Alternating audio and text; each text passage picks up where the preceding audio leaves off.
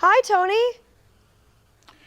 Rachel, how are you? I'm good. I just talked to your friend Jeff in Las Vegas, who told me that you had surgery and all you did was binge watch my show, and I am so honored that I could help you through that. Well, laughter is one of those great healers, and we met. You and I met at the Critics' Choice Awards, Oh, and of course, I right. met your parents. And they're lovely people. They were so excited to go to that, and I think my dad's favorite part of the Critics' Choice Awards were that after I lost in my category, I was like, well, we can leave now. And we're in the parking lot, and we ran into some other people in my category who were also leaving, and my dad said, oh, it's no different than a company Christmas party. There was this kind of feeling of, I'm tired, I'm going home. And he went, it's an award show, but it's work for you. And everyone's, I'm gonna go home, feed my cat. And he was so tickled by that, because my parents are not in show business at all. And so he was so tickled that even though we're in Spanx and dressed to the nines, everyone just, it's work, I wanna go home and feed the cat. Well, a magical evening. How about that? Exactly, and it was beautiful. Did you leave in a huff? Was that the deal? It's a beautiful car, by the way, the Huff. Anyway, a bad joke. I'm sorry, Rachel. Got it. Good morning. The beautiful car, the Huff. I'm just now getting that. Good morning. Good morning. Angry Birds, let's talk about voice work. Is that something that you love doing?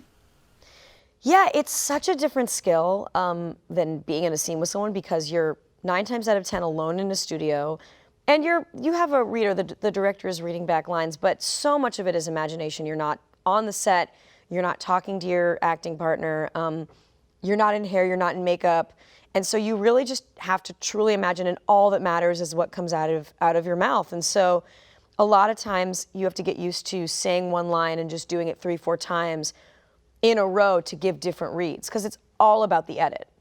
I grew up in voice work. My aunt was the voice of Rocky the Flying Squirrel, June Foray. Oh my gosh, that's amazing.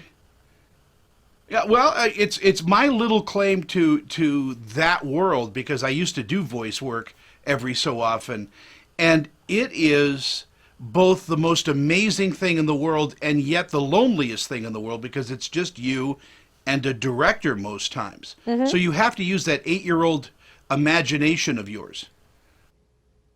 Yeah, I mean, it really is the first skill you learn if you're I remember the first acting class I ever did, I was 4 or 5 years old, and the fundamental exercise was we'd open a box, and you just have to imagine what was in the box, and you had to shape it with your hands, and that's really what the voiceover work is. You gotta reach into an empty box and pull out a trombone. Now tell me a little bit about your world now, because, Crazy Ex-Girlfriend, you had the big Broadway thing going on and all of that. Are you going to return to that character ever, or is it on the shelf?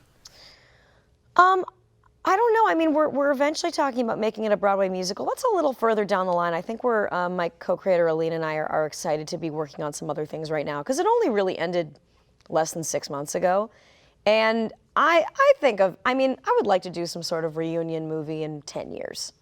I love that character. And when the show ended, I went into mourning for my character and all the other characters. I missed her, and I missed them. And I still do.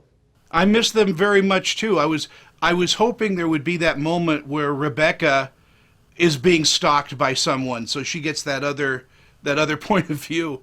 Well, she had that with Trent, so that gave her a little bit of a taste of her own medicine. Are you writing right now? Are you currently going to be directing? Yeah, I'm working on a bunch of things right now. It's all theoretical, but I have a bunch of projects that there's one that's real that isn't announced yet. But everything else is just kind of me at home in my pajamas writing, which is, I miss Crazy Ex, but I will take that over 4:30 a.m. call time. It really is wild how many people love that show. I mean, I was told, I was sick, as we talked about earlier. My daughter came to me and said, you got to watch this. It's about your hometown, West Covina. Yeah, well, my hometown's it's like 20, 30 minutes away, but it's my general, Southern California, it's my hometown. Well, yeah, you Manhattan Beach, if I remember right, is your Yes. neck of the woods. Yes. My favorite restaurant is a Copper Kettle, by the way. Just a lovely place to watch the beach. Wait, at the the Kettle? You anyway, love the Kettle? I love the Kettle. Oh It's my one gosh, of my favorite parents places. Eat, Yes. I just ate at the Kettle a couple days ago. My parents eat at the Kettle upwards of 3 times a week. If you're ever in Manhattan Beach, anyone watching this, the Kettle is open 24/7, and they have great muffins. They have the best muffins. I got the wrap. Rachel, I got to go. I adore you. I want to sit with you for an hour, and maybe we'll just have coffee. Great. Tony, you're someday. great. And I'm so happy to hear that you're doing well.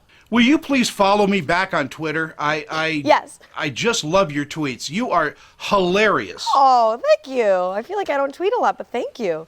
All right, if I were there, I would hug you. I love you, and have a wonderful morning. You too, Tony. Thank you.